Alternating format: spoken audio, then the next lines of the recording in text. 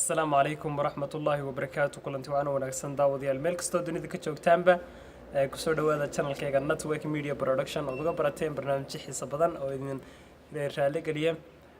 داود يا وحنا دليا هاي دمان تيمبا ملك استوديو ذيك تشوك تان جمع ونكسن كارها وحنا هذا السلام يا أصحاب تاعتك وقالي كحرن channel كيغا وحنا ليا هاي سلان كل كي الله بتكسر قضي أيان ذيك السلام يا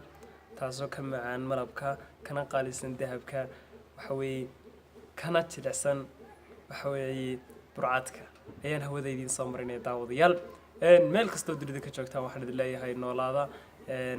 guulna gaadha ilaahay subxaanahu wa ta'aala garabkiina ha galo sad garabkayga ugu gasheen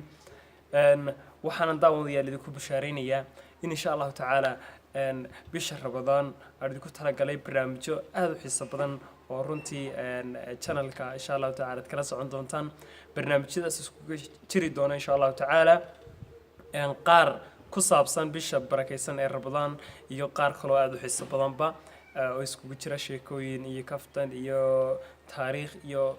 qaybo badan oo kale insha Allah ta'ala oo nolosha ku saabsan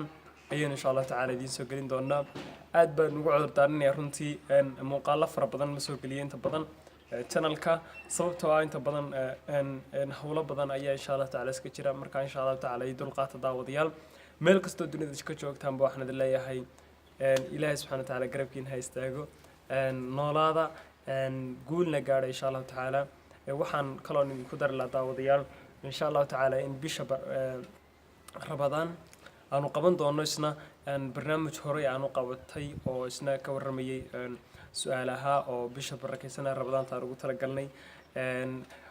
insha Allah ta'ala isna barnaamijkaas uu jiri doona